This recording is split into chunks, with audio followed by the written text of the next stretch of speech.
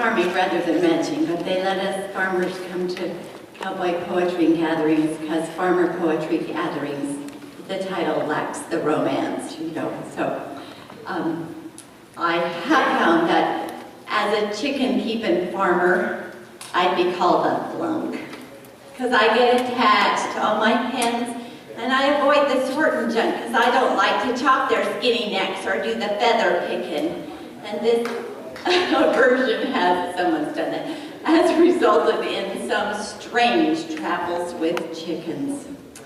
I raised a bunch of fine leghorns from my own precious little eggs, but I hatched more than I needed, so to a friend's of hens I gave. But my friend moved to a new home where her space was a bit slack, so I said, bring them back. She loaded them into a box and put them into her electrician spouse's pickup, you know, the one with all the toolboxes round, and she set the box so it wouldn't stick up. She moved into a left turn lane to get onto the freeway. She looked into her rear view mirror and saw chickens getting away. The light had changed from red to green, and chickens started walking, and traffic snarled, and voices raised, and chickens started squawking.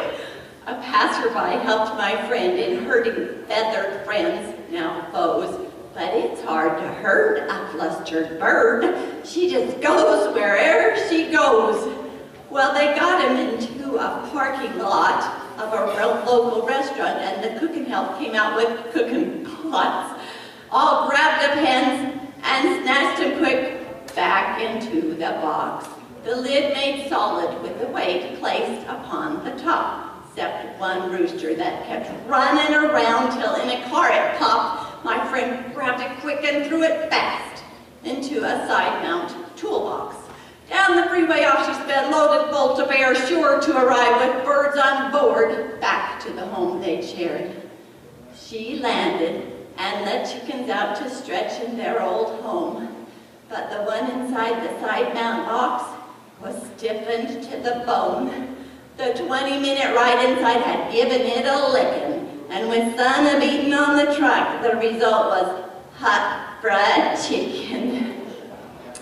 Well, things changed with time, and we had to move to a place in Idaho. It was 700 miles to travel, but those chickens would have to go, because I couldn't leave the deers behind or kill them where they sat.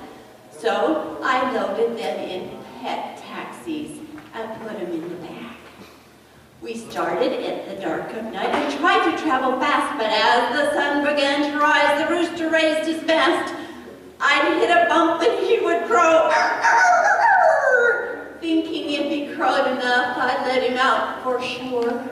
The hens still tried to lay that day, despite the bumps and brambles, but with sliding feet their cackles screeched and their eggs were mostly scrambled. Well, panda hens still have to poop, and it makes a smelly litter. After 500 miles, I passed a skunk and sniffed. Whew, that sure smelled better. Well, we arrived and let chickens out, but we had no chicken fence. Oh, we let them scratch about the yard till some time hence. We had to travel bright and early one fine morning to a town about 100 miles away to where a new relation had been born. We loaded kids into the van and told them to be still, because we were going to travel light. We had no time to kill. There'd be no potty stops allowed today. They just have to hold on tight. No heaving or complaining. We were on a non-stop flight. Well, we got there in record time and piled out of that van. We booked a simple motel stay that fit the finance plan. As we went in to register, the kid said, "Look, where we parked the car. There's chickens wandering all around and they look a lot like ours." They were right. The roosting hens had been up in the axles and holding on for their dear lives with their little bony hackles. Their bodies wobbled to and fro as they greeted level ground. Their toes were fried from hanging on and they squawked our dilemma, wondering what to do, he called a local talk show host. And those locals sure came through. They adapted out our frazzled hens because we were planning a week's stay. Our hens all went to good new homes. Even our motel was paid. And since that last experience, to this new theme I'm sticking. No matter what, car, plane, or truck, there will be no more travel with chickens. And thank you. I wanted to tell you those first two things happened to me because I would chop off their heads enough. But that third one was an actual event that my sister told about that happened to a friend of hers. They traveled early in the morning from Delta to St. George, Utah. And that's exactly what happened. The chickens were up in the axles of the vehicle, and they'd even made a gas station stop quickly along the way, probably still early, and the hens didn't even drop out.